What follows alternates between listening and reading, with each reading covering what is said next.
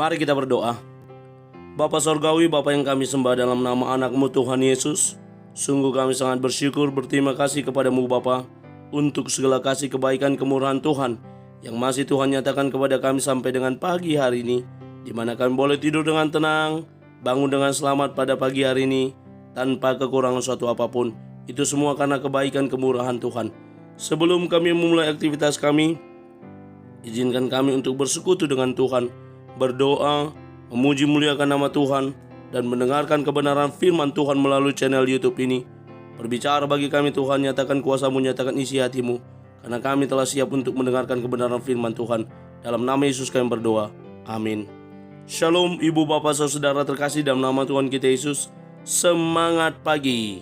Bertemu kembali di channel Rionando Butar-Butar dalam khotbah 5 menit aja toko 5 untuk renungan harian. Renungan pada hari ini saya ambil dari kitab 1 Petrus pasal yang ketiga ayat yang ke-9. Demikian kesaksian firman Tuhan. Dan janganlah membalas kejahatan dengan kejahatan atau caci maki dengan caci maki, tetapi sebaliknya hendaklah kamu memberkati, karena untuk itulah kamu dipanggil, yaitu untuk memperoleh berkat. Hendaklah kita memberkati.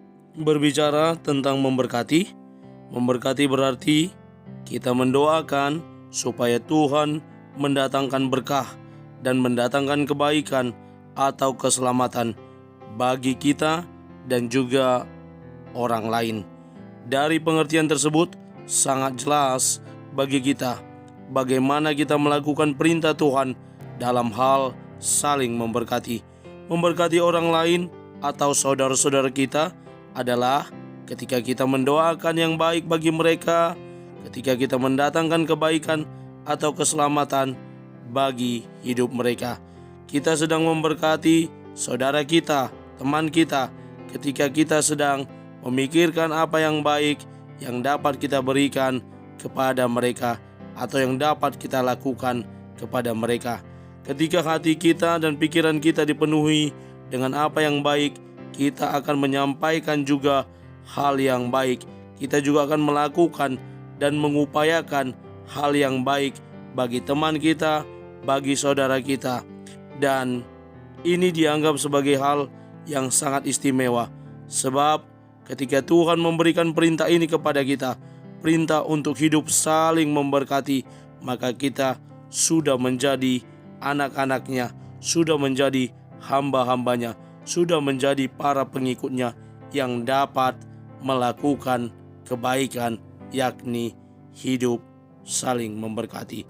Ibu bapak saudara, dalam nats ini juga Petrus hendak mengingatkan kita bagaimana untuk hidup di dalam kasih, yakni orang yang hidup dalam kasih. Maka yang pertama diingatkan, janganlah membalas kejahatan dengan kejahatan. Ini yang diingatkan kepada kita. Saya teringat kepada sikap Paus Yohanes Paulus II saat mengalami musibah pribadi, menorehkan kesan yang mendalam bagi setiap orang yang mendengar cerita ini. Suatu ketika seorang pria berusaha membunuhnya dengan menembakkan senjata api langsung ke dadanya. Ajaib, maut tidak berhasil merenggut nyawa Paus Paulus II. Lebih ajaib lagi, setelah keluar dari rumah sakit, Paus Yohanes Paulus II langsung mengunjungi pria tadi di penjara, mengampuni perbuatannya dan mendoakannya. Sungguh sebuah tindakan yang penuh kasih. Ibu bapak saudara, ini juga yang diminta kepada kita selanjutnya. Kita diminta untuk tidak caci maki dengan caci maki. Tidak ada pembalasan melalui saling memaki. Tapi yang sering terjadi dalam kehidupan kita ketika kita merasa jengkel, ini caci maki, umpatan sering sekali keluar dari mulut kita.